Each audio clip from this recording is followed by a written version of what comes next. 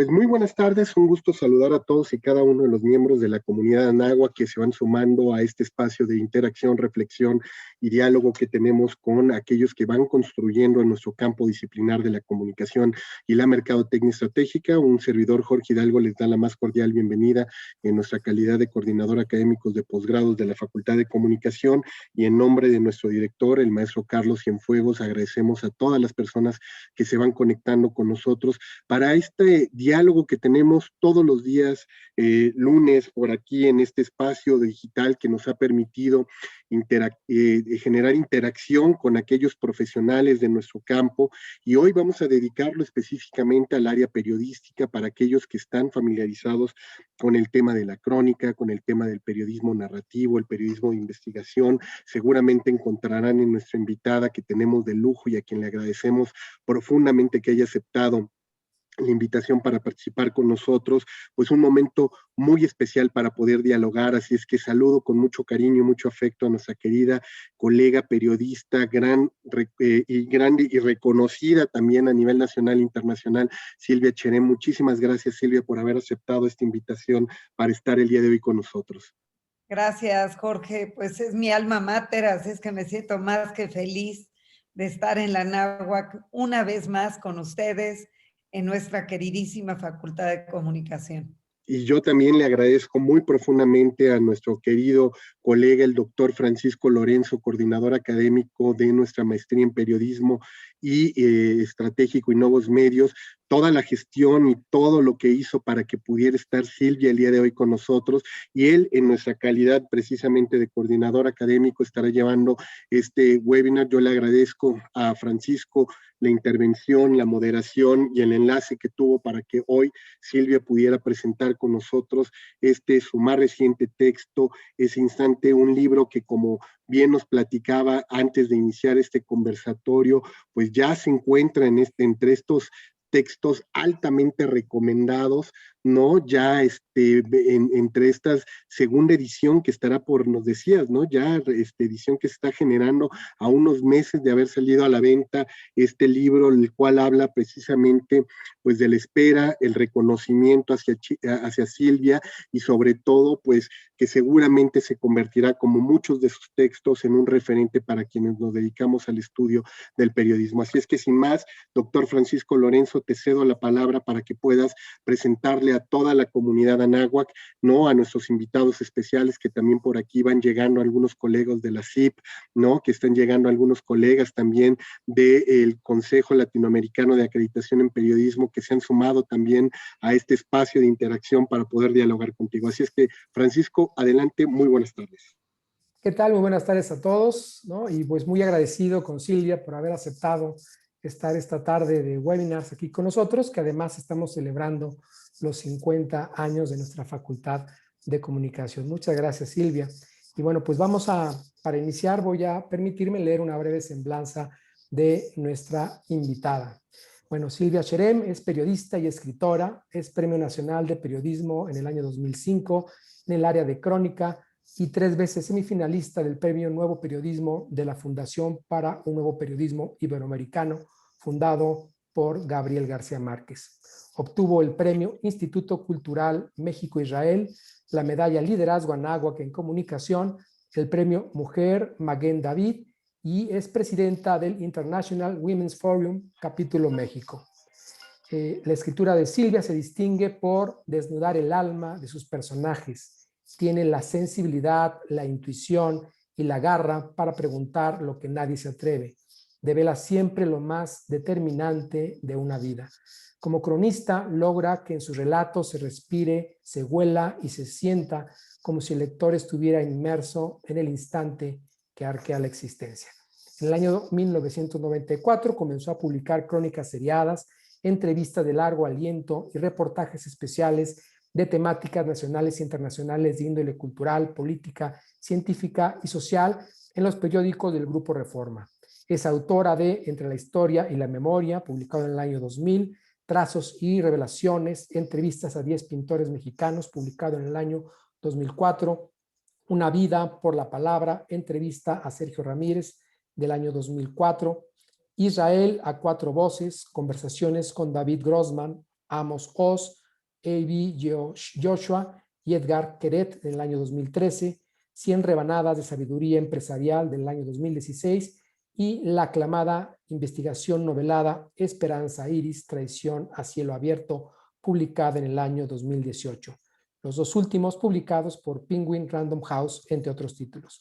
Es coautora de Imágenes de un encuentro, la presencia judía en México durante la primera mitad del siglo XX, del año 1992, y además muy importante porque su entrevista a Octavio Paz, Soy otro, soy muchos, forma parte del tomo 15 de las obras completas del Nobel de Literatura, ¿no? Y buscando un poco una introducción para nuestra invitada hoy, pues me topé con el famoso poema de Octavio Paz, Piedra del Sol, ¿no? Que habla precisamente sobre el instante, que es el título del nuevo libro de nuestra invitada. Y voy a leer un pequeño fragmento que nos sirva de introducción para esta plática, este coloquio que vamos a tener con Silvia Scherem. El instante se abisma y se penetra, como un puño se cierra, como un fruto que madura adentro de sí mismo y asimismo se bebe y se derrama. El instante translúcido se cierra y madura hacia adentro, echa raíces, crece dentro de mí, me ocupa todo, me expulsa su follaje delirante, mis pensamientos solo son sus pájaros, su mercurio circula por mis venas, árbol mental, frutos, sabor de tiempo, ¿no? Hablando de ese instante que es el punto más breve en el que se divide y experimenta el tiempo, estos personajes, ¿no? Esta literatura de no ficción, que es la crónica de Silvia Scherem, nos habla de estas personas que por un instante cambiaron completamente su vida, ¿no? Estamos inmersos en esta cotidianidad y de pronto algo irrumpe en nuestras vidas. Es ese instante que rompe el concepto que hasta entonces tenemos de futuro, del porvenir, ¿no? Cambiar la vida en un solo momento, ¿no? Y sobre todo, pues esa gran habilidad de una periodista con mucha experiencia como es Silvia, para poder precisamente captar ese momento de quiebre, ¿no? Y esa transformación importante de estas personas, ¿no? Que ya escritas, ya descritas en este libro, pues se convierten no solamente en personas que han vivido un cambio importante en sus vidas, sino también ya en personajes. Muy bien, Silvia, pues bienvenida esta tarde aquí con nosotros en estos lunes de webinar. Bienvenida. Muchísimas gracias, Paco. Feliz, de veras, muy contenta, muy agradecida de estar con la comunidad anáhuac, con los alumnos del doctorado, con los maestros, muchos entrañables amigos que, bueno, que se suman a celebrar la publicación de este libro. Muchas gracias, Silvia. Bueno, pues vamos. Que se los voy a enseñar, ¿eh? Es ese instante que realmente es un quiebre. Quiero contarte antes de empezar, 10 portadas se hicieron antes de llegar a esta.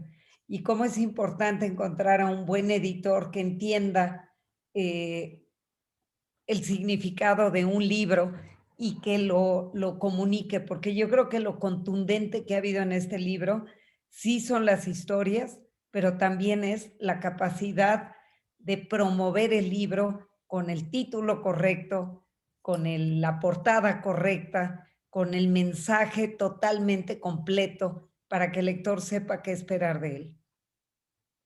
Así es, Silvia. Y bueno, pues para poder empezar así que desgajar este libro, ¿no? Y que se les antoje a los que nos están escuchando comprarlo, leerlo y demás, vamos a hablar acerca de estas personas, ¿no? Que tuvieron este quiebre, este punto, ¿no? Breve, ¿no? Que dividió su tiempo, ¿no? Y transformó su porvenir, ¿no? Comienzas, Silvia, justamente en esta crónica del tsunami y de Karen, ¿no? Pues decimos que tuvo una recuperación, una mudanza completa de piel, ¿no? Porque hubo una transformación importante en su vida y un giro completo, ¿no? Su existencia echada para adelante, decía Heidegger. Un poquito para tener esta idea, esta noción de la vida, pues tenemos que tener en mente esta presencia, ¿no? Que nos acompaña todo el tiempo, que es la muerte, ¿no? Y esto, pues obviamente hace que en ese sentido podamos encontrar una finalidad importante en nuestra vida.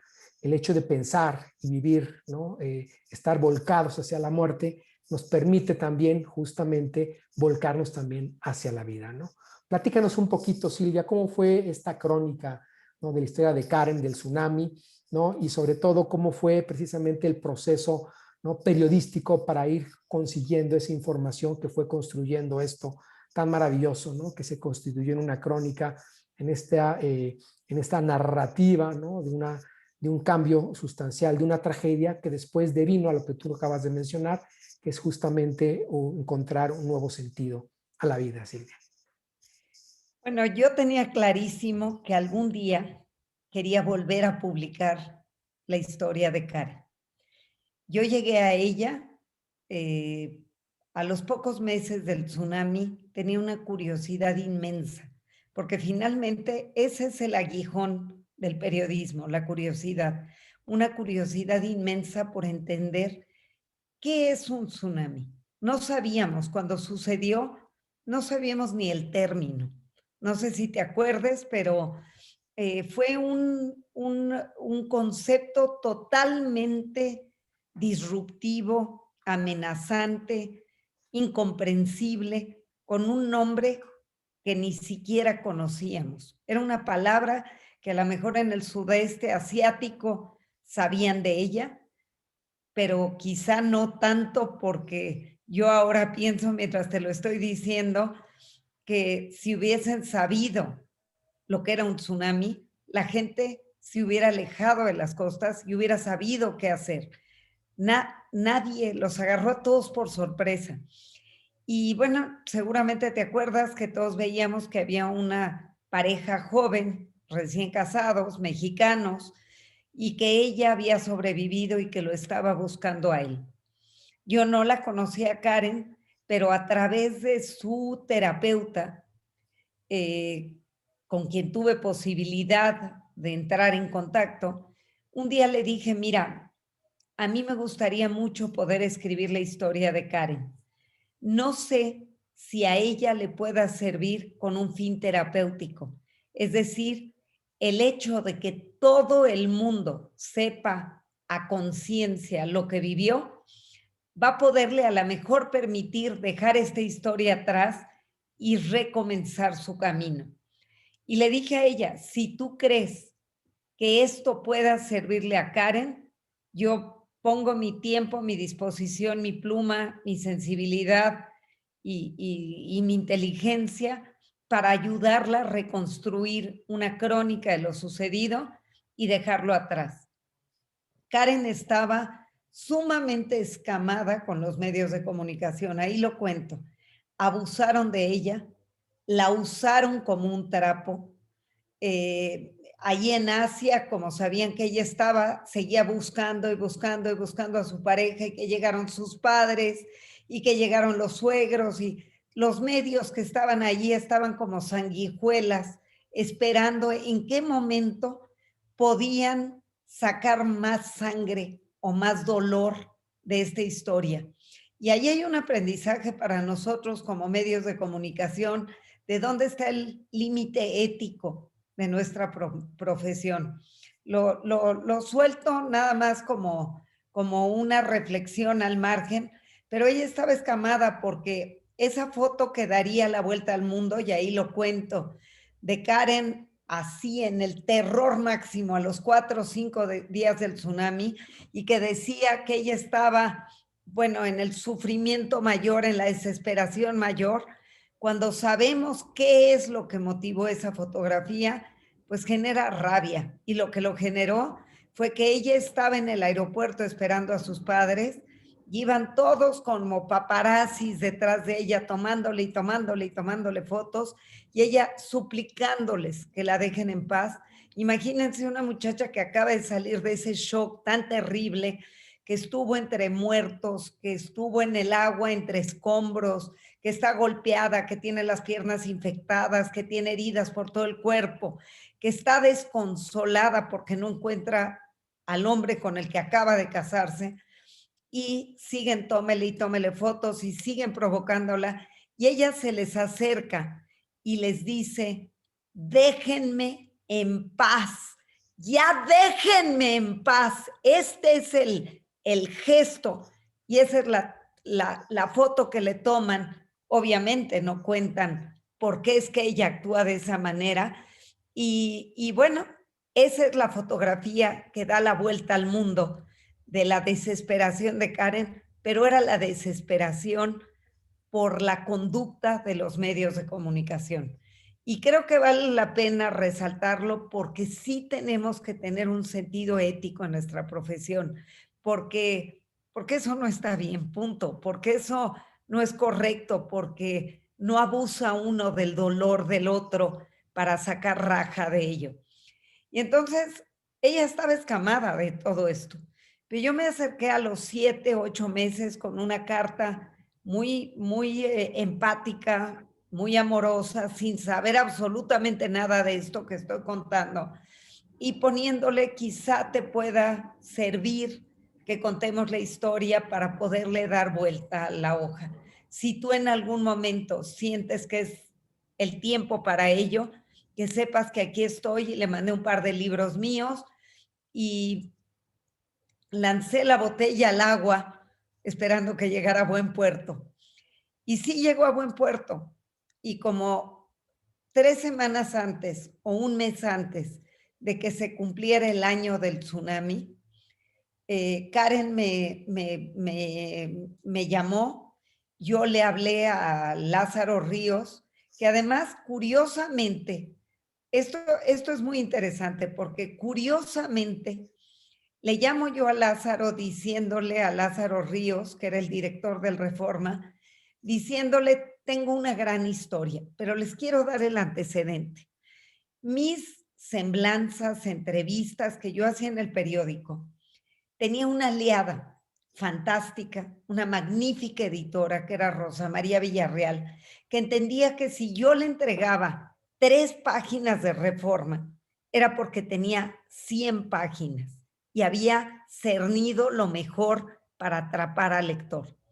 Rosa María tenía unos meses de haber decidido irse al periódico y quienes se quedaron editando El Ángel y editando algunas de las páginas del periódico no querían ya mis textos largos, porque sentían que, bueno, un medio tiene que vivir de la publicidad y no acababan de entender por qué a mí me daban 5 hojas para la entrevista a Octavio Paz, 3 hojas para la de Toledo, 3 hojas para la de Vicente Rojo, 3 hojas para la de Soriano y así infinitamente.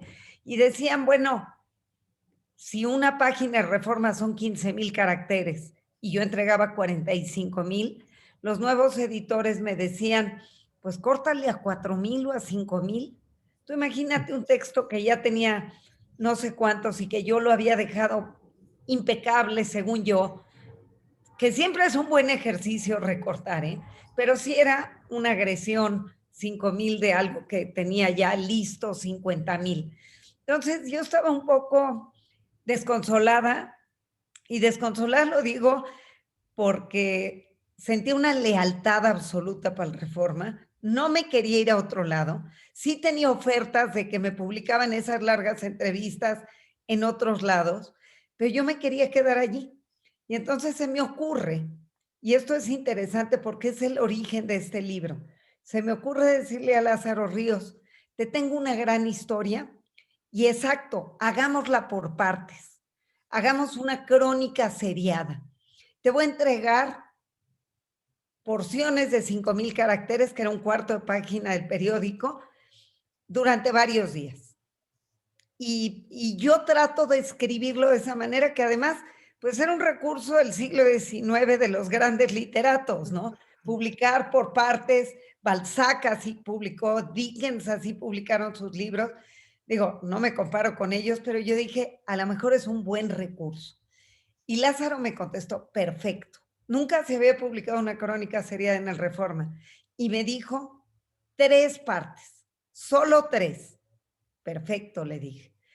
Lo que yo hice es mandarle las primeras 3. Con Karen me vi en un restaurante, comimos juntas, le dije, no sé si vas a tener empatía, si te voy a caer bien.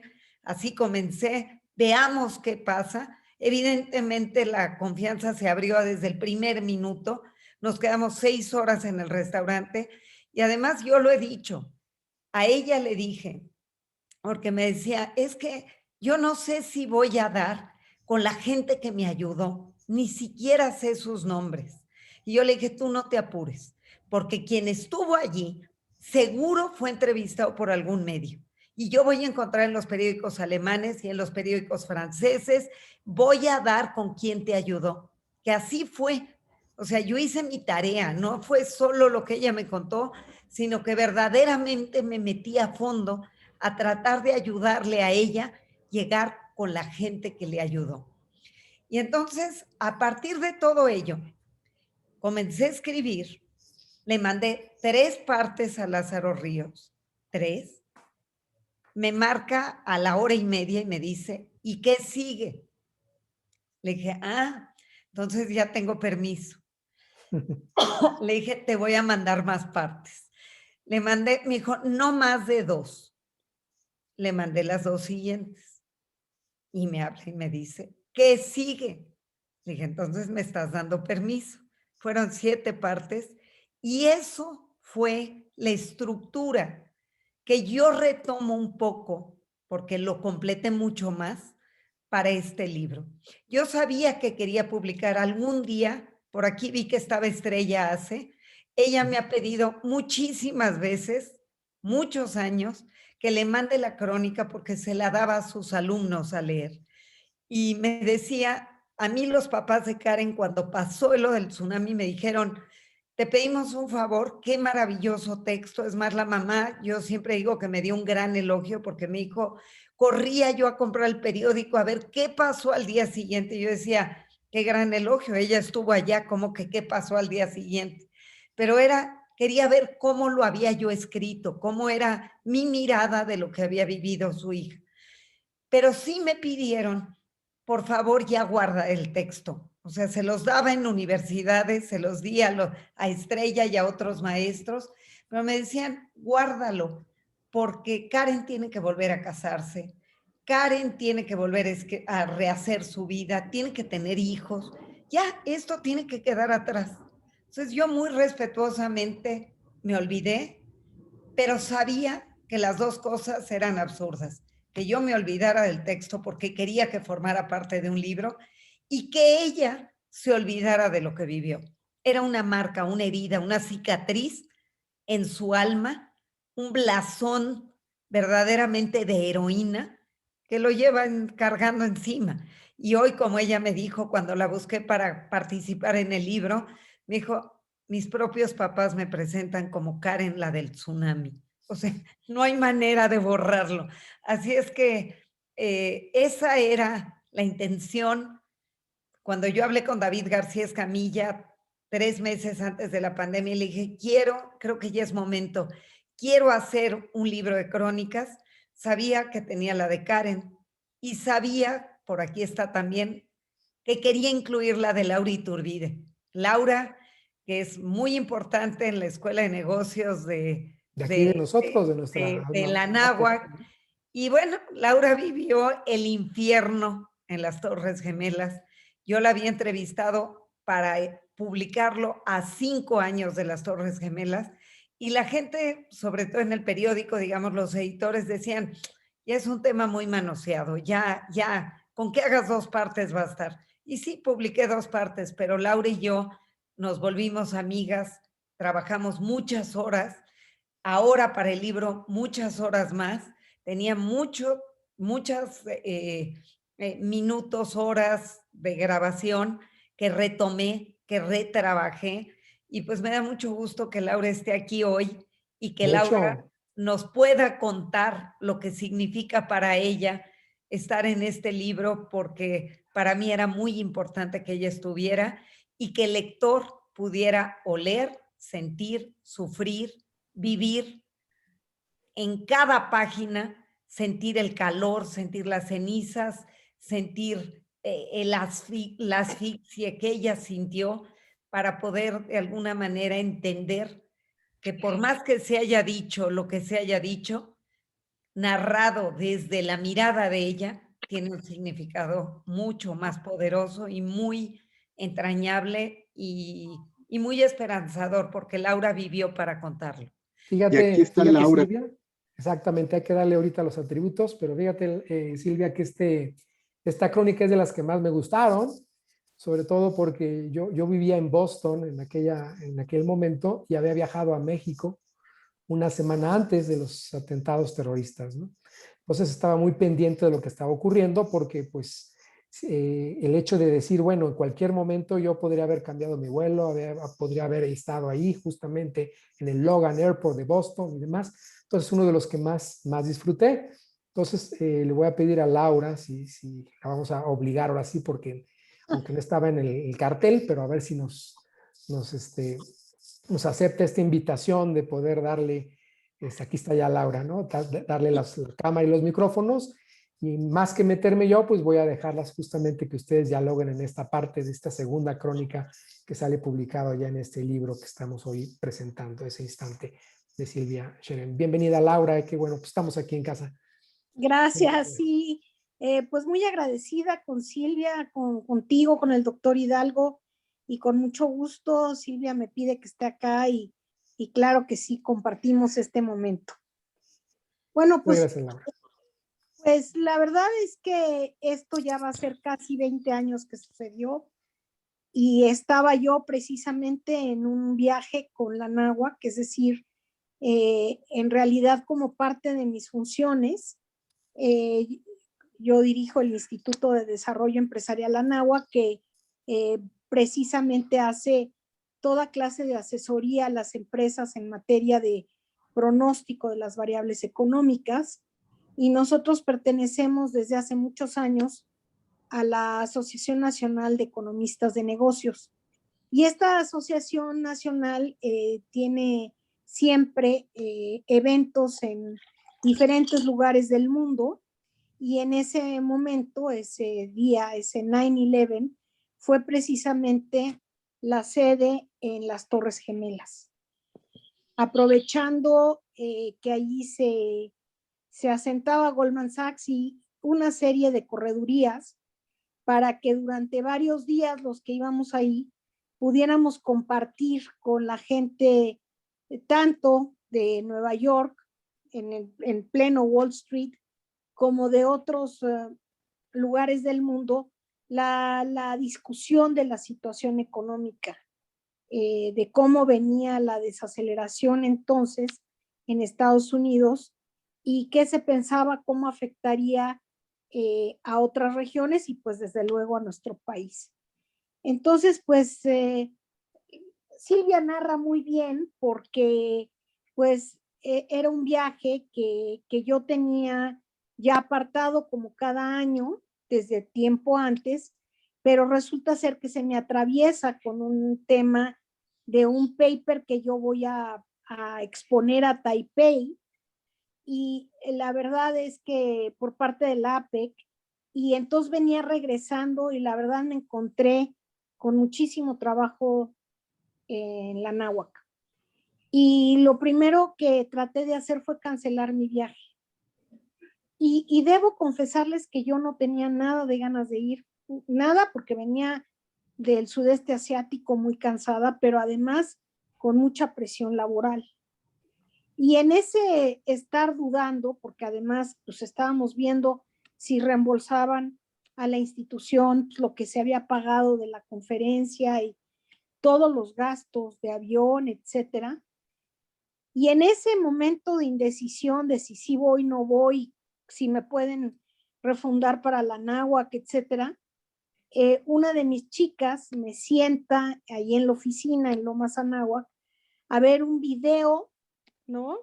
Pues del hotel, que la verdad yo me pongo a pensar y lo platiqué con Silvia cuando me hizo favor de invitarme a participar también en el Reforma y hoy en este exitosísimo libro que he escrito, pues que la verdad yo lo hice pues por mero compromiso con mi subalterna y con gracia por preocuparse, ¿no? Decir, no, mira, sí ve, porque realmente sí tuvimos un video interactivo pues de un hotel enclavado en una zona industrial, ¿no?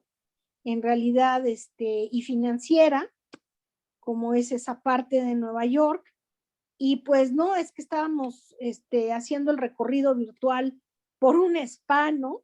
ni mucho menos. Estábamos haciendo el recorrido por un Marriott, pero como suceden estas y muchas cosas en el libro, que la pluma de Silvia perfectamente constató, y lo que dice del tsunami, ella también hizo una investigación muy profunda de lo que pasó ese día en Nueva York y en Estados Unidos, y lo que se vivió del terrorismo, y completó muy bien la crónica. Pues realmente yo nunca le encontré sentido a ese paseo virtual que me dieron días antes de tomar el avión. Pues yo solamente les quiero dejar esta reflexión en la cabeza, que ese video fue mi pase de vida, porque ese video me ubica en uno de los famosos bares de Nueva York, de la zona, donde los financieros, yo no sabía esto hasta que Silvia hizo la crónica, y bueno, donde la gente de Wall Street se juntaba después de salir de sus oficinas para evadir el tráfico inmenso de la zona 6-7 y para darse el gossip financiero entre ellos de lo que había pasado ese día en la bolsa de Nueva York. Entonces era muy famoso este bar, se llamaba Tall Ships, en alusión a estos barcos altos, ¿no? Que luego pasean en el Hudson, y que de hecho hay todo un simbolismo alrededor de regatas y concursos, ¿no? Como sucede en otras partes del mundo, como sucede en San Francisco, como sucede en Australia, etcétera. Yo esto no lo sabía, pero ese bar que estaba en la esquina del hotel donde yo me hospedé, que era exactamente la base de la segunda torre, de la Torre Sur, o sea, la segunda en ser atacada, pero la primera en caer. Nosotros nos hospedamos en el piso 17, o sea que el hotel era como una L que tocaba a la Torre Norte, la primera en ser atacada. Bueno, pues fue mi pase de vida, porque en medio del hollín, del herrumbre, del fuego, porque ya había fuego, yo recordé ese paseo virtual, y en medio de la oscuridad, esa puerta de ese bar que estaba abierta me permitió salir de una muerte segura. Y así puedo contar, y lo narra Silvia, 6 o 7 veces de eminencia de muerte segura.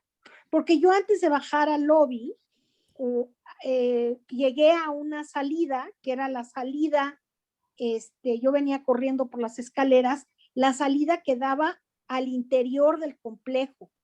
Si se acuerdan, ese complejo era una manzana enorme con 6 o 7 edificios.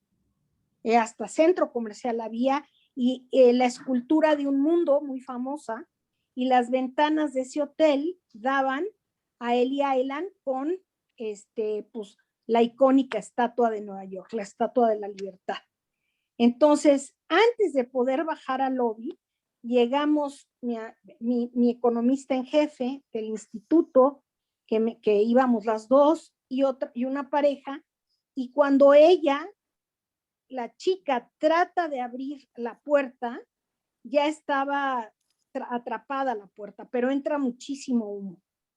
Si no hubiera estado atrapada, nosotros hubiéramos salido por ahí, y cuando el avión se estrella y cruza, cae justamente dentro de la área, pues, común, ¿no? Y pues ahí hubiéramos encontrado la muerte, porque no hubiera habido manera, ¿no? De estar, o sea, nos hubiera caído el avión tal cual, ¿no? Porque atravesó el edificio. Fíjate, y Laura, que hay una, como lo cuenta Silvia, está en esta crónica, parece ser que la parte del destino está ahí presente, ¿no? Las señales de que estás cansada, no quiero ir, ¿por qué no me cancelaron? ¿Qué les pasa? Y todo esto que estás contando ahorita ¿no? Es como algo que está atrás precisamente, ¿no? Hilando toda la historia, ¿no? Aquellas señales, tú lo mencionas muy bien, ¿no? Es la presencia de la muerte, ¿no? Inclusive antes, ¿no? De que inclusive fueras a Nueva York, ¿no? Es algo que refleja Silvia, ¿no? En su crónica y está ahí atrás acompañándote, inclusive, ¿no? Desde que te compran los boletos para ir a Nueva York, ¿no? Es esa sensación, ¿no? Ese sentido adelantado del humano, del ser humano, ¿no? Que nosotros vivimos muy por delante del presente, siempre pensando en el mañana, ¿no? Y que te está diciendo, no vayas, no vayas, no vayas, haz esto, haz el otro, ¿no? Etcétera. Las coincidencias en este momento son importantes en la misma narrativa. Claro. ¿No? Y bueno, pues yo creo que esto se los quiero dejar así como, pues, como un antecedente de todo lo que se constata en mi historia y las demás historias contadas magistralmente por Silvia. En realidad hay mucha documentación, están muy bien hechas. Yo cuando sacó el libro la leí y recordé muchas cosas que ya había olvidado y que ella plasmó. Y bueno, pues emanan los sentimientos porque, como decía Karen, cuando ella leyó su crónica en una pista de hielo, no dejó de llorar. Pues yo debo de también confesar que cuando volví a leer esta crónica maravillosa que hizo Silvia, pues lloré. Volví a recordar, lloré y al final yo cuando hablo con mi gente, cuando hablo con mis amigos, cuando regalo el libro porque es un tesoro, les digo, esta es una crónica de vida y hay que festejarlo y yo estoy muy agradecida a Dios y muy agradecida a Silvia que pudo plasmar este momento y lo compartió con todos ustedes. Muchas gracias, Laura, y bueno, qué importante, ¿no? Que estuvieras aquí con nosotros, ¿no? En nuestra... Con muchísimo gusto y les mando muchos saludos y también Silvia, todo mi cariño, al doctor Hidalgo, a ti. Muchas gracias. Gracias, Laura. Pues ya ves, Silvia, ¿no? Una de los personajes, ¿no? Personas, ¿no? Que estuvieron precisamente viviendo esas experiencias y que tuviste esa sensibilidad para poder reconstruir esas historias, que inclusive a ellas mismas les sirve también para entender lo que les pasó, ¿no? Que es la gran, digamos, la gran importancia, ¿no? Del trabajo periodístico bien hecho, ¿no?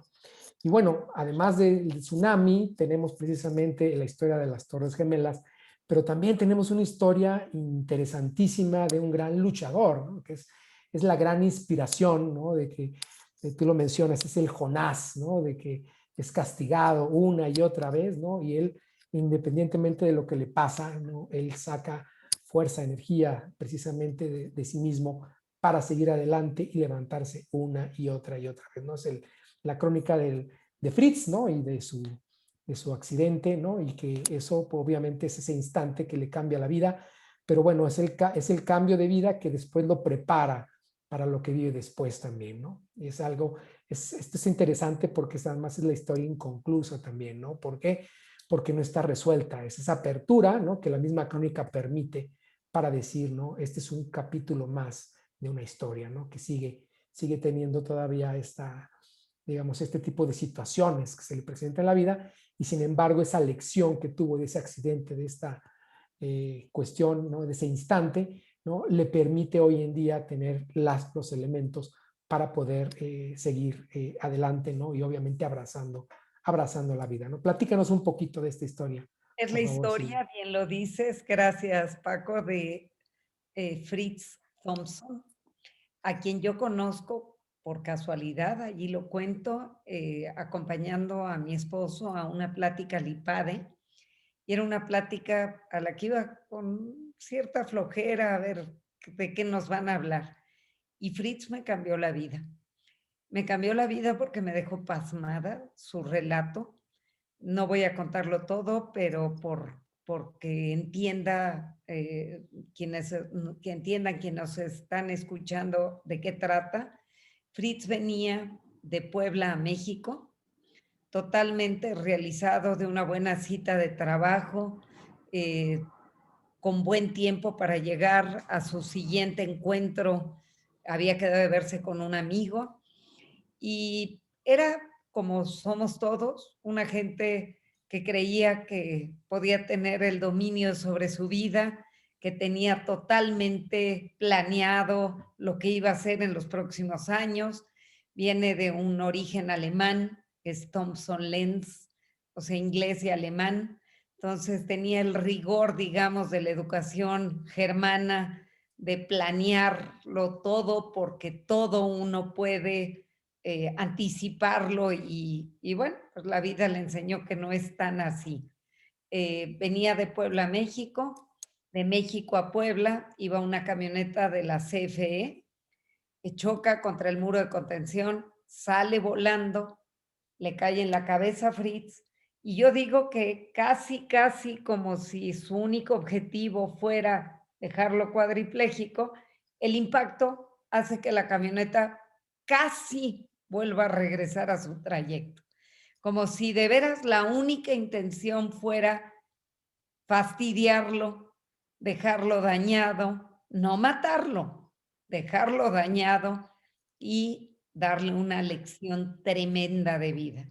Fritz para mí es uno de los mayores héroes porque no solo organiza con toda la inteligencia su rescate y el tener una cirugía buena y a tiempo, o sea, bien hecha y a tiempo, sino que desafía el diagnóstico médico. El diagnóstico médico era, bueno, ya te hicimos la cirugía, pero tú vas a ser cuadripléjico.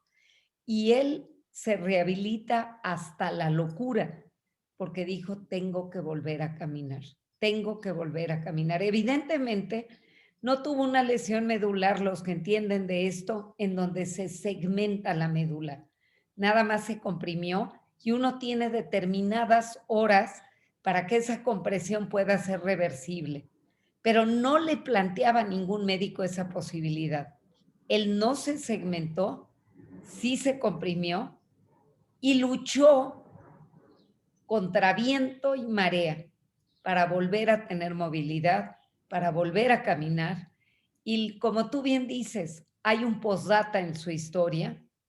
Bueno, yo me acerqué en el IPADE antes de llegar al postdata y le dije que el libro que estaba presentando, porque tenía un libro allí, no lo merecía, que lo iba a leer, pero que yo le iba a ayudar a hacer un buen libro.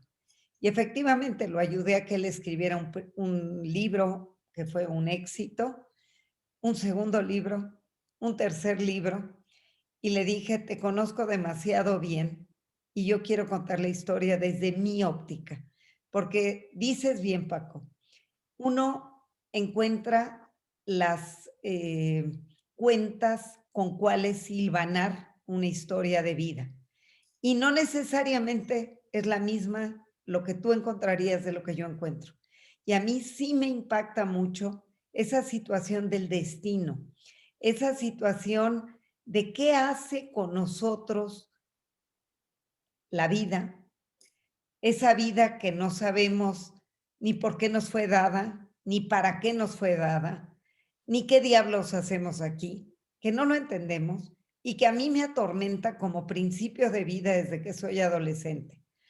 ¿Qué hago aquí? ¿Por qué yo sí tengo oportunidades? ¿Por qué yo nací en un hogar donde me brindaron amor y educación? Y un niño que está parado en la calle con sus chicles vendiéndotelos descalzo no tiene las mismas oportunidades que yo. ¿Por qué? ¿Qué sentido tiene esta vida? Y quizá un poco también inspirado porque al muy joven entré a un panteón metida en esa confrontación brutal, leyendo muy joven a Sartre y la inutilidad de la existencia. Y me acuerdo de estar parada allí viendo tumbas con fechas de nacimiento y fechas de muerte. Y yo decía, ¿eso se resume la vida a un nacer y a un morir? ¿Y qué sentido tiene ese guión intermedio? ¿Qué es la vida en ese guión intermedio? ¿Qué sentido tiene? Y desde cuando dejé de atormentarme y le encontré algún sentido, entendí que era dejar un mundo mejor del que uno llegó y dejar una huella. O sea, y entonces cuando yo veo todas estas historias que a mí me atrapan porque nos muestran lo frágiles, lo vulnerables, lo endebles que somos. Nos muestran que creemos tenerlo todo bajo control, pero que no tenemos nada absolutamente al final bajo control, pero que sí podemos hacer algo con aquello que nos pasa. Porque a todos nos pasan cosas, para bien o para mal, pero que podemos hacer algo bueno con aquello que nos pasa, le encuentro el sentido. Y sí, encuentro en esas negativas de Laura, que me las mencionó, o en detalles en la historia de Karen, o en momentos en la historia de Fritz, igual en la de Sofía, que ya hablaremos, o en la de Dana, o inclusive en la de Chava. Encuentro herramientas de la propia vida, de la intimidad de la propia vida, que hacen ser a cada quien es y que le permiten encontrar la manera de resolver el peligro, la sombra de la muerte, que allí está desde que nacemos. Queremos hacer como que no, algunos no quieren dejar un testamento porque es como llamar al muerto a que venga a apoderarse de nuestra vida. Algunos no quieren enfrentar. Yo, para mí, la sombra de la muerte está desde el día que nacemos. Y entonces es un poco ese desafío a la muerte lo que está todo el tiempo cuestionándonos, incidiendo en nuestro camino, marcando nuestros días. Y un poco eso es lo que está detrás de cada una de estas historias. Y para mí sí es brutal, Laura ya nos lo contó a detalle, es brutal que cualquiera hubiera dicho ya a la secretaria, oye, no me estés convenciendo de ir a un hotel que no quiero ir. ¿Para qué me estás pasando un video y me estás quitando mi tiempo? Y esta mujer que tuvo la paciencia de aguantar la insistencia de su secretaria, no se daba cuenta en ese momento que eso era el pase a la vida. ¿Y cuántas veces en nuestros momentos de vida hay gente a la que hacemos a un lado porque no le tenemos paciencia, porque no la queremos oír, porque no nos interesa, porque son tarugadas lo que nos vienen a ofrecer o lo que nos vienen a decir? Y la verdad es que nunca sabemos a dónde nos va a llevar un encuentro con el otro. Y que eso puede tener un significado radicalmente distinto en los pasos que sigan de nuestra vida y que solo lo vamos a saber cuando seamos capaces de leer de adelante para atrás. Entonces, la vida ahí está, y es cierto, en la vida de Fritz hay un postdata, y hay un postdata muy determinante que dudé en meter. Lo dudé muchísimo porque las piezas aún estaban en juego, porque aún se estaban moviendo y se siguen moviendo. Pero decidí meterlo porque eso también es parte de la vida. Fíjate, además tú en el texto lo pones como un héroe, ¿no? Y es como si estuviéramos viendo los capítulos, ¿no? De una serie de las que están de moda de superhéroe, ¿no? El héroe triunfa, ¿no? Y después viene un siguiente capítulo donde otra vez tiene que volver a enfrentarse, ¿no? Al mal, etcétera, ¿no? Y justo en esta crónica tú lo dejas justamente así, ¿no? ¿Qué pasará con Fritz, ¿no? ¿Logrará volver a levantarse, ¿no? A partir precisamente de todos estos superpoderes que ha desarrollado en la vida o no, ¿no? Y obviamente, bueno, pues a partir de ese contexto, ¿no? Nosotros pensamos que sí, ¿no? ¿Por qué? Porque la inspiración de Fritz te dice que él tiene lo suficiente amor a la vida, ¿no? Para poder levantarse una y otra vez, ¿no? Es este Jonás, ¿no? Importante también, además de Fritz, es la crónica de esta chica, Sofía, ¿no? Sofía, que se da también por cuestiones, ¿no? Digamos, de esta cotidianidad que muchas veces hace que se nos olviden los aspectos importantes de la vida, ¿no? Se encuentra con un frentazo, ¿no? Se encuentra con la realidad dura y cruda de que tiene SIDA y está embarazada, ¿no? Y es precisamente a partir de ahí donde empiezas a entretejer estos elementos para ver precisamente de dónde saca, ¿no? Esta Sofía, que aparentemente era la vida ideal, ¿no? Cómoda, ¿no? Digamos de una clase social que probablemente no tendría muchos problemas y muchos conflictos, ¿no? Y de repente viene ese instante ese instante donde ella le ayuda para poder encontrar aquellos elementos poderosos y verdaderos que dan sentido a su vida, ¿no? ¿Cómo fue este encuentro con Sofía? A ella llegué a través de un querido, no quiero revelar tantos detalles porque como tú bien lo dijiste, Sofía sigue siendo anónima. Yo pensé que cuando yo llegara a plantearle que había que escribir este libro ahora, ella ya iba a ser una voz muy reconocida, una voz calificada, una voz con toda la legitimidad para hablar con los jóvenes, como ella se lo había planteado y me lo había planteado a mí 20 años antes, donde pudiera decirles, muchachos, se tienen que cuidar, tienen que velar por su sexualidad, porque en el momento en el que a ella le sucedió todo esto, pues lo recordarás, el SIDA era la pandemia que estaba arrasando con comunidades enteras, sobre todo con lo que se consideraba de alto riesgo, que era el mundo de gente homosexual o básicamente era eso, y cualquiera que no estaba allí sentía que estaba libre de culpa y libre de pecado y libre de todo, ¿no? Que no le iba a tocar. Y la sorpresa es una mujer que podría ser yo, que podría ser cualquier amiga mía, porque es alguien a quien conozco bien, que se hace prueba de embarazo porque se iba a un viaje a Asia y quería ver si se pone o no la vacuna de la malaria y la vacuna y los medicamentos de la fiebre amarilla y demás, de la cólera y de tantas enfermedades exóticas que tienen en estos lugares. Y se hace la prueba de embarazo por no dejar. Y el doctor, muy previsor, que además sospecha que si hay embarazo, le dice, mira, ¿por qué no te haces toda esta serie de pruebas para saber bien qué estamos haciendo? ¿Por qué se lo pidió el doctor? No sé, rarísimo. Es rarísimo, es absurdo, es ridículo, pero así fue. Y oh sorpresa, sí está embarazada y oh sorpresa, tiene VIH. ¿Qué le pasa a una pareja cuando una noticia como esas llega?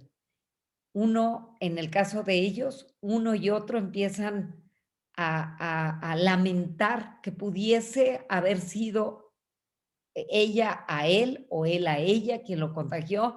Ella dice el tatuaje que me hice, él dice algún día tuve relaciones sexuales con alguna muchacha, nunca me imaginé, me tengo que yo ver si yo también estoy infectado y cómo todo eso permea y destruye la intimidad.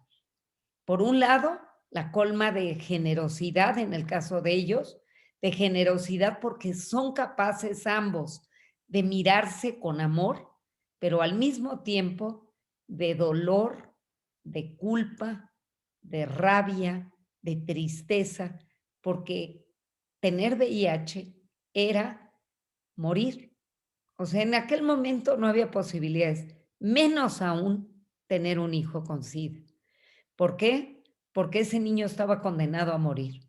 Y a ella le dijo el doctor, hay que abortar mañana, porque no solo se va a morir ese bebé, te vas a morir tú. Y ella encontró un camino distinto. El primer bebé, la primera que nace en México de una madre infectada, siendo el bebito o la bebita sana, es este, el primero en México. Y en el mundo, el quinto en el mundo. Entonces, de veras estamos hablando de una situación de total desafío. Y bueno, sigue siendo ella un secreto, sigue siendo una voz que no ha querido salir de donde está. Cambié algunos detalles para que nadie la pueda identificar y lo que era importante era contar esta historia, porque esta historia insufla esperanza, porque esta historia nos muestra lo vulnerables que somos, porque esta historia nos pone contra un espejo para señalar que cualquier detalle de nuestra vida puede ser una puerta cerrada, puede ser una esquina ciega, puede ser un desafío que nos obligue a reinventarnos. Y es el caso de esta mujer, de Sofía. Fíjate, Silvia, eh, que hay una crónica que incluyes en tu libro que es distinta a las demás.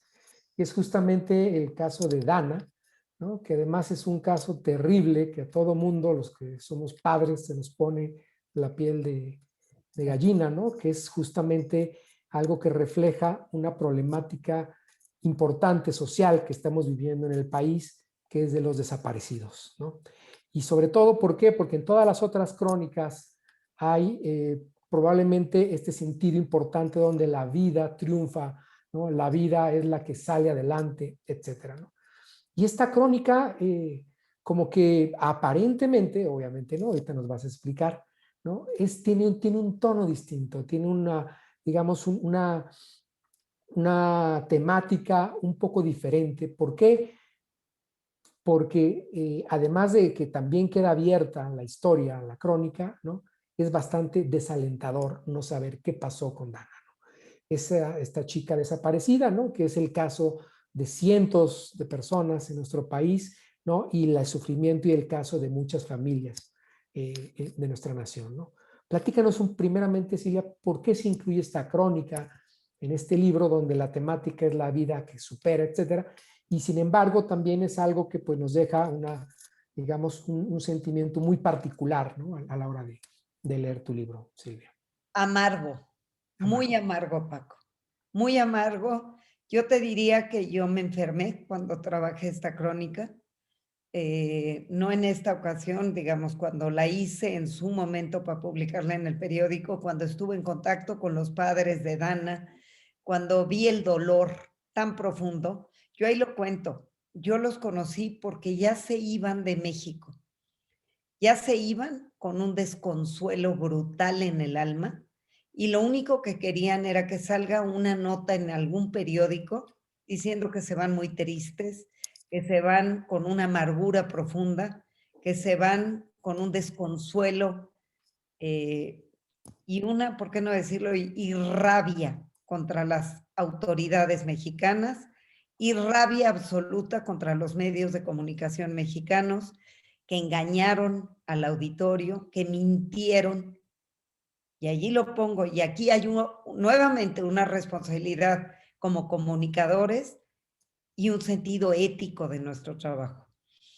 Y todo lo que querían era una notita, y a mí me llamaron, conocí a alguien de la Embajada de Israel, esta era una niña israelí, y solo quiero decir algo antes de seguir con la historia.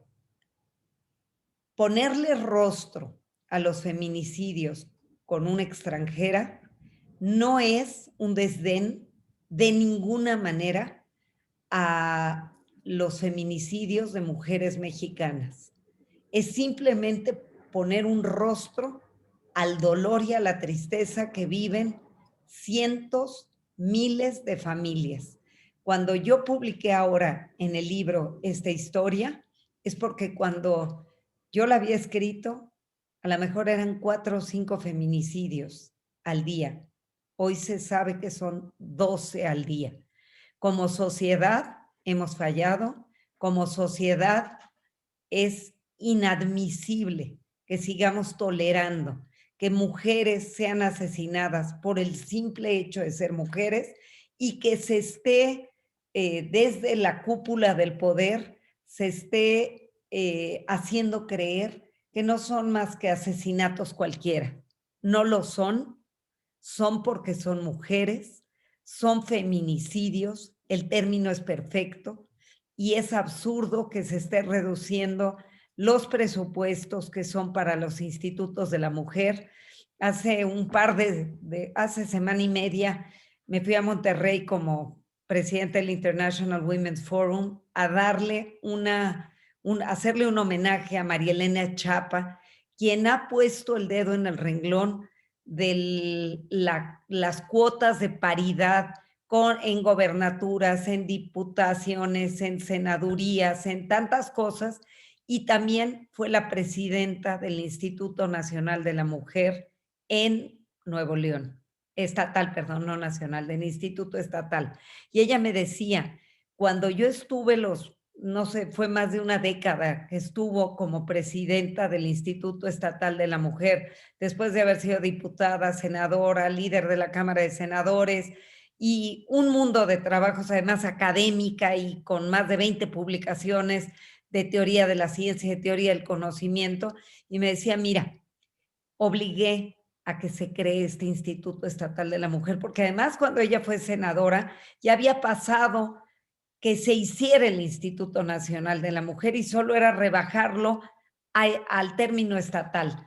Y ella lo preside y dice, ahí recibí más de 16,000 denuncias de mujeres que atendimos por violencia. Ninguna, ni una sola de estas 16,000 fue asesinada. Cuando se le da atención a la mujer y a los reclamos de las mujeres que han sido violentadas, que están viviendo, otra puede ser la situación. No podemos seguirlo pasando como si nada estuviera sucediendo.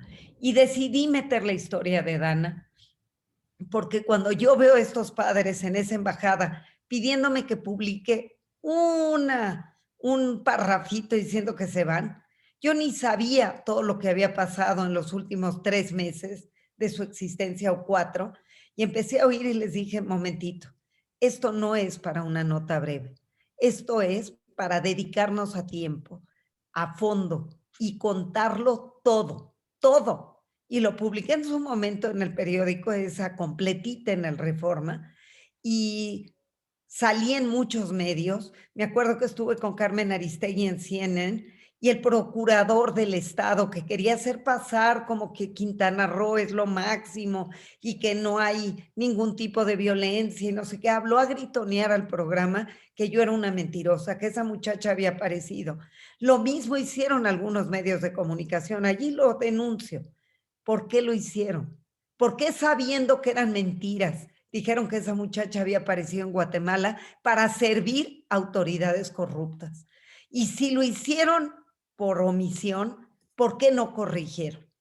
¿Por qué no dijeron la verdad? Ahora, esos padres han logrado sobrevivir a esto.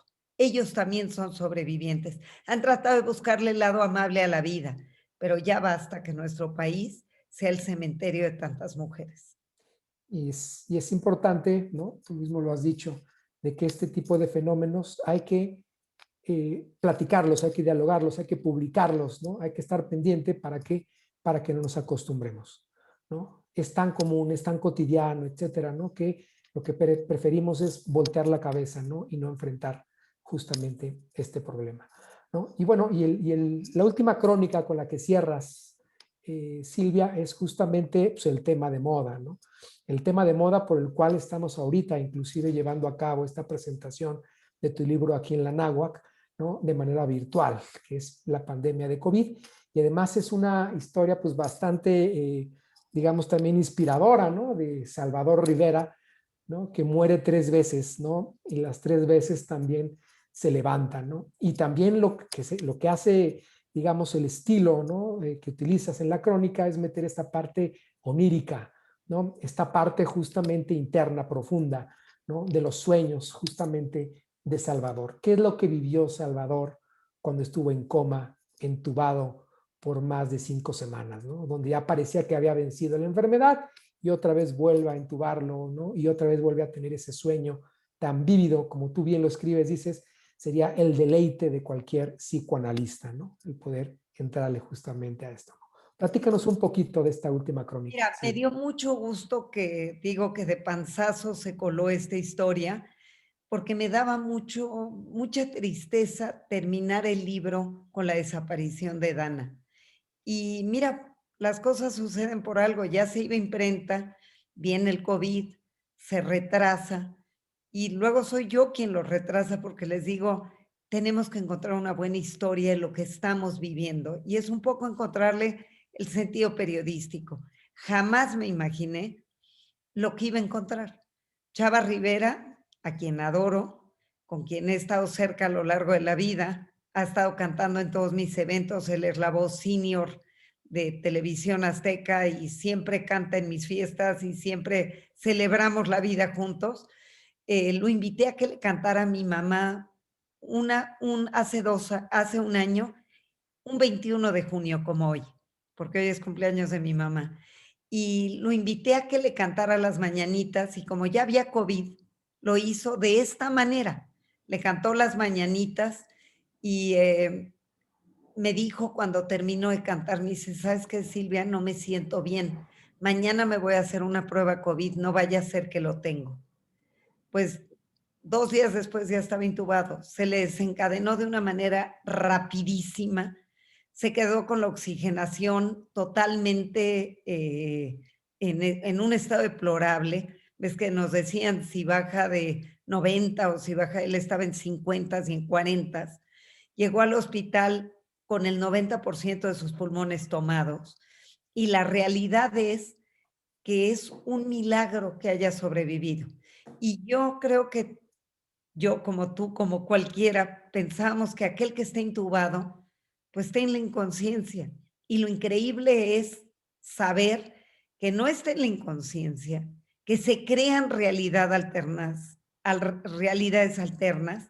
Y él lo que le pasó es que creía que estaba secuestrado. Tú imagínate a alguien que tiene metido un tubo en su boca y que cree que es una mordaza y empieza a unir los personajes de toda su vida, relacionándolos en el momento que está viviendo. ¿Quién cree que le está haciendo daño? ¿Por qué le está haciendo daño? ¿A quién le tiene que pedir ayuda? ¿Cómo tiene que pedir ayuda? Y es esa pulsión de vida la que lo hace salir 3 veces de la muerte, de la antesala de la muerte. Y mira, llegó para contárnoslo y me llena de alegría porque es una crónica pues muy esperanzadora como muchas otras del libro que yo les digo y te lo digo Paco, detesto los libros de autoayuda porque siento que no hay formulitas mágicas. Cada quien tiene que encontrar herramientas de donde pueda. Y me sorprende que 10 portadas me hicieron, como les dije, una de florecitas, una de fuegos artificiales, una de vidrios quebrados, una de unos ojos sorprendidos, y nada me gustaba, porque les decía, no es un libro de autoayuda, es eso, un quiebre, y son crónicas, no es autoayuda. Y la verdad es que lo sorprendente, absolutamente sorprendente, es que el libro está siendo tan acogido por todo el mundo. Se agotó a las 2 semanas, aún antes de empezar con ninguna campaña ya se había agotado. Y creo que el secreto es que apela a esta parte humana nuestra y nos permite reflexionar sobre nuestras propias vidas, sobre esos instantes que han determinado lo que somos y nos insuflan esperanza, porque si estas 6 personas, o 6 contando a Dana como persona, pero es a su familia, si estas personas pudieron encontrar herramientas para salir adelante con cosas tan trágicas, ¿por qué no vamos a poder nosotros con aquello que nos esté pasando? Y bueno, pues esto me descubrió, aunque ya lo había hecho, pero me descubrió una voz periodística mía que me gusta y me voy a seguir por allí porque me han llovido historias interesantes, historias que realmente algunas que tenía yo guardadas en el cajón esperando a ver cómo las novelaba, pero a mí no me gusta inventar, me gusta mirar a los ojos. Esperanza Iris me costó tantísimo trabajo porque en la noche me despertaba furiosa diciendo, bueno, caray, que no te das cuenta lo que te están haciendo estos hombres en tu vida. Y eso es lo que me gusta, el tener ese vínculo con la gente que tengo a mi alrededor para poder dialogar, convertirnos en amigos y marcar ellos a mí y yo a ellos. Y eso es lo que es este libro. Entonces, estoy muy contenta, muy impresionada con la respuesta de los lectores y muy motivada a seguir escribiendo. Fíjate, Silvia, que además hay quienes dicen que el periodismo está en crisis. Bueno, si está en crisis en ciertos aspectos, pero una manera precisamente de que el periodismo vuelva a ser algo importante, ¿no? Primario, que la gente vuelva a consumir, ¿no? Precisamente estas investigaciones periodísticas más allá de lo que sale, ¿no? En redes sociales y demás, es justamente el renacer de la crónica, ¿no? Y tú hoy en día te has convertido en una gran representante de este género aquí en nuestro país. Pues muchas gracias, Silvia. Fíjate que hay algunas preguntas por parte de la gente que nos está escuchando aquí directamente en vivo en el webinar. Está Susana Mitchell, ¿no? que nos escucha, nos está viendo desde Argentina, y si pueden conseguir este libro en Argentina, supongo que por Amazon, ¿no? Porque es En Amazon, número uno en ventas en pero Amazon. mira, yo no sé si en Amazon físicamente el libro lo puede comprar. En Kindle 100%. Si ahorita lo pide, en 10 minutos está en su dispositivo electrónico, el que sea. Pero físico no sé si ya lo están mandando o no, no tengo idea. Me encantaría que ella misma me diga sí se puede comprar. Sí, a ver, dice, este libro llega en un momento muy especial de mi vida y de mi familia. Me gustaría poder leerlo y regalarlo a mi cuñada. Tiene una historia, una anécdota que quiere compartirnos. Entonces, voy a permitir que pueda activar su audio Susana Mitchell, ¿no? Que quiere hablar directamente contigo de un hermano fallecido por COVID hace 15 días. Voy a darle el micrófono a Susana. Susana, ya puedes abrir tu micrófono. Muchas gracias, Francisco. Bueno, primero y principal, muy agradecida de poder estar en este webinar, después de conocer a Silvia, la cual leí gracias a un regalo que me hizo una colega mexicana. Esperanza Iris fue una maravillosa lectura que tuve, que me acercó muchísimo a Silvia y a la experiencia de sumergirme en una vida tan apasionante y tan bien contada. Y cuando me invitaron a este espacio dije, no puedo perdérmelo a pesar de que estamos en el medio del duelo de un hermano muy querido, muy joven, de 48 años, que bueno, partió hace 15 días por COVID y dejó a sus hijos, a su mujer, que es como una hermana, bueno, mis padres, toda una familia destrozada, pero escuchando a Silvia bueno, un poco había leído antes de ingresar de qué trataba el libro y me interesaba muchísimo, primero por la forma de escribir que tiene Silvia. Estaba súper interesada en escucharla desde su propia voz, cómo nos iba a acercar a esta lectura y a estas historias tan particulares de resiliencia, ¿no? Es decir, son historias que de alguna manera te dicen, bueno, se puede seguir, ¿no? Después del terremoto, después de la catástrofe, después de la pérdida enorme, después del dolor. Y bueno, y como ella dice, no existen las casualidades y justamente esto llega ahora. Y por eso preguntaba, ya me estuve metiendo a ver cómo conseguirlo, porque no solo lo quiero leer yo, sino se lo voy a regalar a mi cuñada que perdió a su amado esposo. Creo que le va a hacer muy bien leer este texto de super calidad periodística por un lado, pero por el otro de historias que nos traen esperanza y nos ayudan a seguir adelante en momentos tan críticos y como dice, ¿no? el mismo título del libro que te cambia de un momento al otro absolutamente todo. Es como que se cae algo y aparece algo totalmente nuevo que no tiene nada que ver con lo anterior y sin embargo pareciera ser como una oportunidad. Todavía no entiendo cuál es, pero estoy segura que ahí está. Así es. Muchas gracias, Susana. Un abrazo fuerte. Fíjate que estuve en un programa hace unos días donde nos juntaron a mí y a una persona que tenía algo que ver con el COVID Y cuando yo empecé a oír la historia de la persona del COVID, dije, ¿qué puedo decir yo? O sea, ¿qué puedo yo agregar cuando hay tantísimo dolor? Lo que él contaba es, bueno, de una familia completa contagiada, 7 personas, varios murieron, una pesadilla completa en el peor momento del COVID en México, en diciembre, donde no había camas de hospital, donde no había oxígeno, donde todo lo que tuvo que pasar para salir adelante, muy, muy, muy fuerte. Y bueno, pues sí, te abrazo fuerte porque lo que están viviendo es terrible.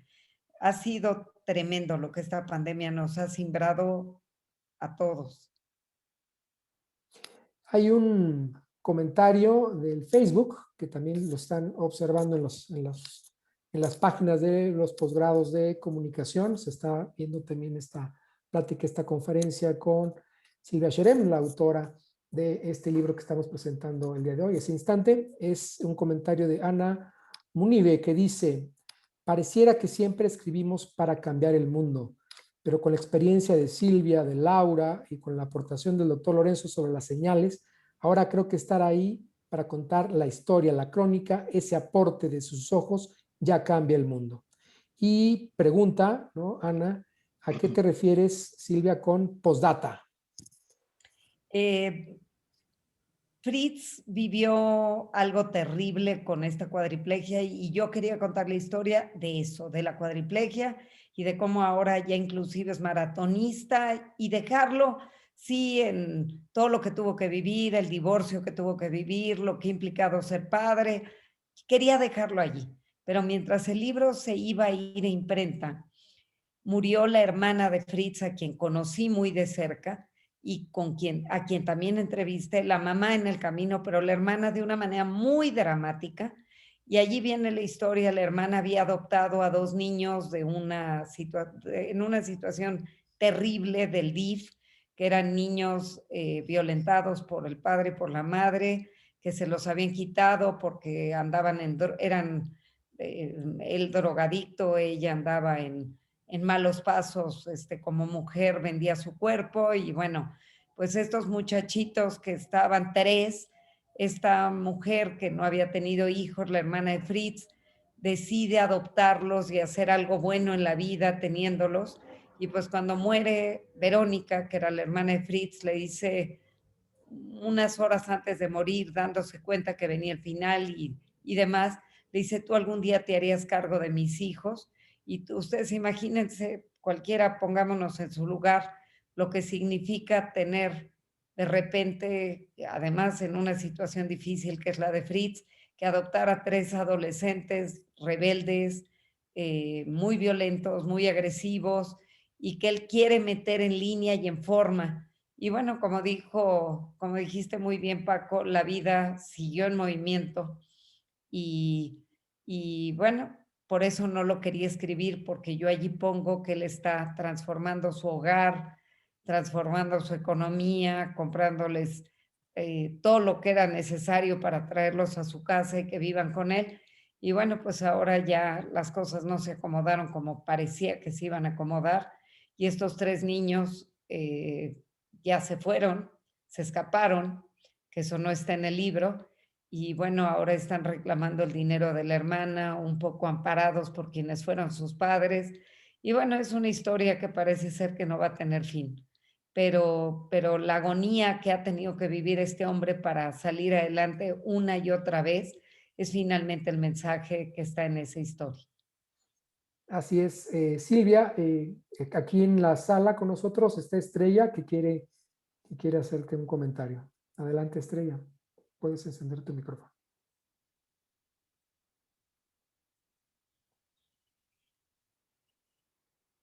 No sé, no te oímos, Estrella.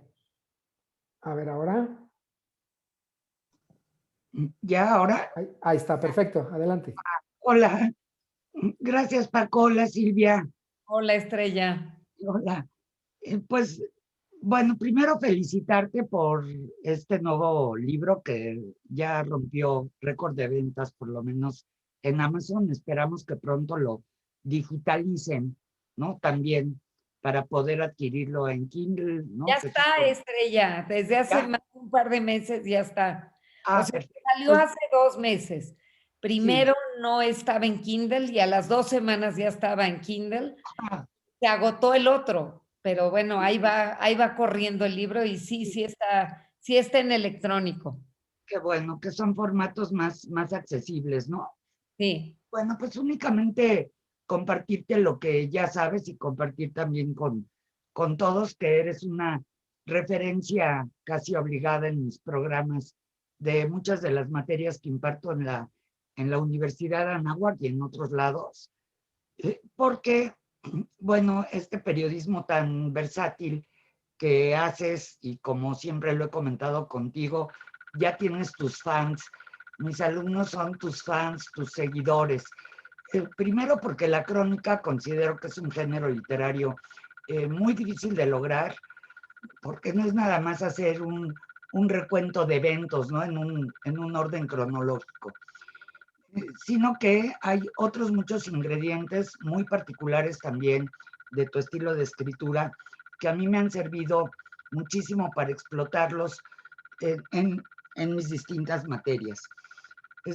No se diga a nivel de entrevista el jugo que se le puede sacar a tus textos como Trazos y Revelaciones o la entrevista de Octavio Paz, donde despliegas toda esta maestría de la entrevista, ¿no? Que son, bueno, cosas que a mí me interesan mucho compartir con mis estudiantes. Como sabes, bueno, el tsunami ha sido un parteaguas en la vida de mis alumnos desde hace muchos años. Y ahora ya les di este semestre en un curso de verano que estoy dando la versión nueva de Tsunami y se siguen sorprendiendo y como te repito, le he sacado mucho jugo a otros ingredientes que tiene esta crónica porque no es nada más focalizar la historia de Karen y Jacobo, desde luego que sí, pero todo este contexto geográfico tan inesperado para todos, desde entender qué es un tsunami, qué es esta isla, ¿no? Todo este contexto tan interesante, tan rico, pues hace de esta crónica de verdad un espacio de reflexión muy importante. Cuando fuiste a la Anáhuac a presentar Esperanza Iris, yo fui por mi grupo y les dije, viene Silvia Cherem a presentar su nuevo libro, Esperanza Iris, y no tuve que acarrear a mi grupo. Inmediatamente me dijeron, ¿es la del tsunami? Sí, es la del tsunami. Vámonos, corriendo al auditorio de posgrado a escucharte, todos contentos, ávidos de aprender, muchos comunicólogos a quienes le doy clases, pues desde luego, ¿no? El interés por este estilo de periodismo que se separa mucho, pero mucho, de muchas crónicas que leemos y que nos permiten contrastar, ¿no? La riqueza literaria también de una crónica. Te anuncio desde hoy que el resto de las crónicas pues formarán parte de mis nuevos programas, ¿no? Un género que de verdad respeto mucho. Leemos muchos cronistas, ¿no? En algunos de mis cursos y tus crónicas me permiten siempre hacer este contraste tan rico y además debatir filosóficamente siempre, en el caso del tsunami, de la crónica del tsunami, si es azar o es destino. Y ahí te puedes quedar un buen rato dialogando con los alumnos, ¿no? ¿Qué es? ¿Es azar o es destino? Borges decía en un poema que es la misma cosa, porque no podemos comprobar qué es azar o qué es destino, ¿no? Entonces, bueno, también se presta a esta deliberación filosófica tan rica y tan interesante que bueno, que siempre deja, ¿no? Qué pensar más allá de estas historias, que bueno, yo ya tengo el libro, lo leí de pe a pa, y felicitarte nuevamente, Silvia. Gracias, Estrella. La verdad aprecio mucho cada una de tus palabras y siempre me ha entusiasmado mucho que me pedías las crónicas para dárselas a los alumnos. En esos años en los que yo tenía guardado el texto de Karen, esperando un buen momento para publicarlo. Y bueno, pues como les digo, ahora estoy encantada Y sí, el hilo conductor en todas es justamente ese. ¿Es causal o es casual? ¿Es azar o es destino?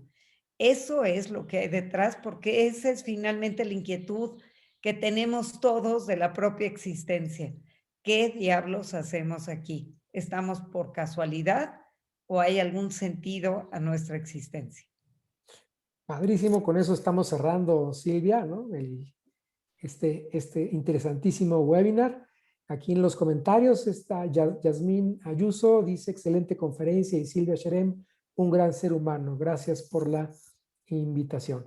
Bueno, por mi parte sería todo. Le voy a regresar los micrófonos a nuestro director de posgrados en comunicación, el doctor Jorge Hidalgo. Adelante, Jorge. Pues Silvia, quizá es ese pequeño fragmento por donde se filtran las dos historias, ¿no? Donde converge precisamente historia, destino, casualidad, causalidad, y ahí es donde podemos decir, ese instante es el que agradecemos el día de hoy, que nos permitieras poder compartir contigo, Silvia. Como siempre, un verdadero honor escucharte, y si me lo permites en esta ocasión, pues yo quisiera compartir de parte de nuestra Facultad de Comunicación, de nuestra escuela, de nuestra coordinación académica de posgrados, de nuestra maestría en periodismo estratégico y nuevos medios, agradecerte infinitamente el que estuvieras el día de hoy compartiendo con todos nosotros, con las personas que nos siguieron a través de las redes sociodigitales, a través del Zoom, que van a estar siguiendo también en nuestro canal de YouTube en modo diferida tu charla. Gracias, Silvia. Ha sido un verdadero honor, como siempre, escucharte y poder dialogar contigo. Gracias a ustedes. Muchas gracias, Paco. Muchas gracias, Jorge. Y gracias a todos los que nos escucharon. Gracias a la Náhuac por siempre pensar en mí y por darme oportunidad. Y sí, léanse este instante, que de veras ha tenido una respuesta increíble y que nos muestra que algo tenemos que estar haciendo aquí para hacerlo bien. Les mando de veras un abrazo muy cariñoso y muchas, muchas gracias nuevamente. Muchísimas gracias, Silvia. Gracias también al doctor Francisco Lorenzo por la moderación que hizo de este momento, por la presentación y por de verdad ponernos en contacto como siempre contigo, Silvia. Gracias, doctor Francisco Lorenzo. Al contrario, muy buenas tardes a todos. Y bueno, si alguien de alguno de sus conocidos invitados no escuchó esta plática con nuestra invitada, con Silvia Sherem, pues va a quedar grabado justamente en YouTube y en los canales, ¿no?, de posgrado de nuestra Universidad Anáhuac. Ahí lo van a poder consultar. Ya va a quedar en unos momentos subida la grabación en esos lugares. De hecho, lo está poniendo ya el doctor. Sí, y de hecho incluso también les hacemos una cordial invitación para que la próxima semana en punto de las 16 horas nos puedan acompañar para escuchar a la doctora Lorian Jiménez, quien nos va a hablar sobre cómo comunicar un regreso seguro a las aulas. Ella como experta en este tema también, ahora que estamos viviendo el tema de la contingencia sanitaria, el supuesto regreso seguro, pues vamos a ver qué tan seguro, qué tan preparados estamos y sobre todo qué labor tenemos que hacer los comunicadores para informar correctamente sobre este tema. Así es que los invitamos próxima semana, 16 horas. Va a ser un gusto estar con todos ustedes. Gracias a todos y que tengan una excelente tarde. Hasta luego. Gracias.